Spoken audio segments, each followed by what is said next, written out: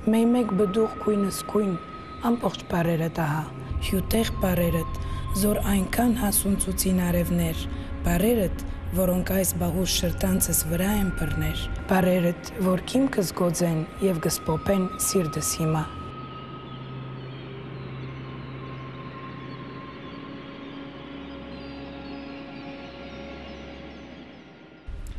Работата по превода започва през 406 година и завършва към 433 година. Превежда се направо цялата Библия и след това вече Сахак Бартев с няколко от техните ученици я редактират, понеже той е знаел много добре гръцки език, откъдето е преведена Библията фактически.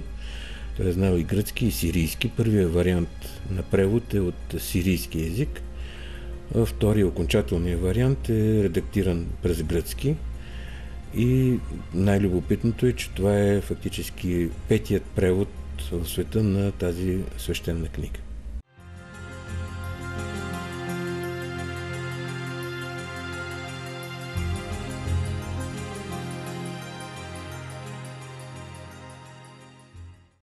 Арменската църква се отъждестви със своя народ и в неговата душа се затвърди увереността за национален и църковен суверенитет.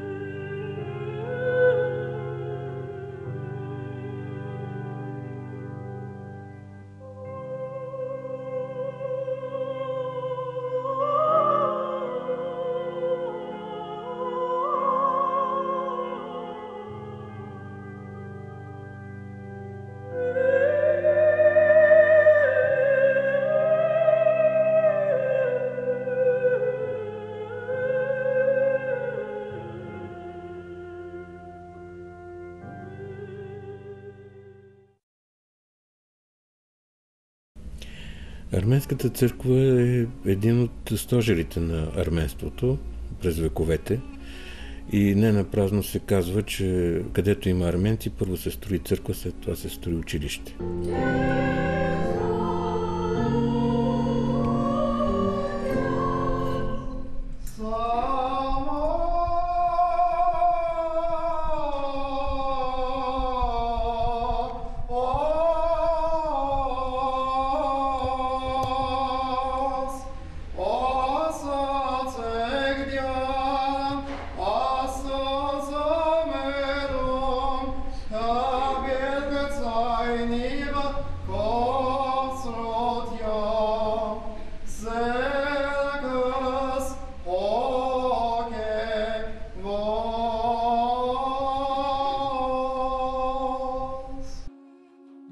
Вярата е била тази, която е държала в единство арменския народ. Много малко хора, които имат обща култура, но все пак не са запознати в детайли с историята на Армения, знаят, че в 451 година, когато целият християнски свят се събира, за да направи своя пореден църковен събор, арменците се бият на Аварайското поле с персите, за да защитят християнството.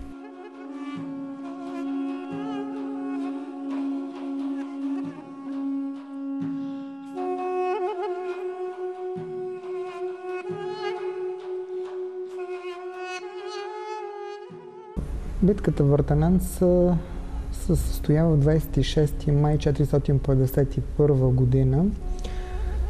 Битката се води от предводителя Вартан Мамягонян. Всъщност това е битка за запазването на християнската вяра. Ние така също знаем, че арменската църква официално не е към семейството на източно-православните църкви, но тя е православна църква, защото изповядва каноните на православието. Ние не сме имали наше представителство, епископално представителство, не сме имали на Четвъртия Вселенски събор, именно поради тези събития, които тогава са съпровождали историята на Армения. Нашите епископи са били по бойните полета, за да могат да повдигат на войните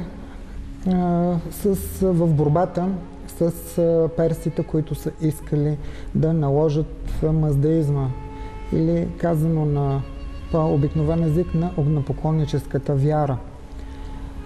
И за съжаление, една от първите страни, не една от първите ми, първата страна, която е приела официално арменската религията, християнската религия за държавна религия, за съжаление, тя в момента седи така настрани от православието.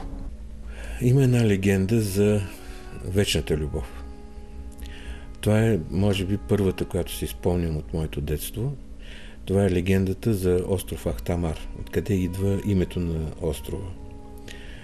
Някога в водите на езеро Тован, той сега има два острова, но на единия от тях имало стара арменска крепост, в която царувал арменски ишхан, това е княз означава на български език, и там живеела една много хубава девойка, Тамара, неговата дъщеря, която обаче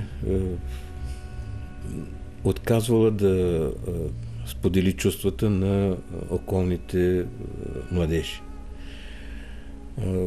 Тя се влюбва в един рибар, който всяка вечер носил на княжеската трапеза своя улов, и всяка вечер тя запалвала една свещ на тесния прозорец на своята стая.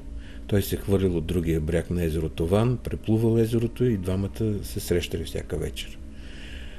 Но според легендата, зла ларисница завидяла на тяхната любов и в една есенна вечер, когато Тамар чакала своя любим на брега на езерото, край скалите паднала тежка мъгла, духнал ветрец, угасил свеща и така младежът се удавил и загинал. Тя го чакала през цялото време, през цялата нощ, и когато на сутринта студените вълни изхвърлили на брега неговото изтинало тяло, от устата му се отровал дъх Ахтамар.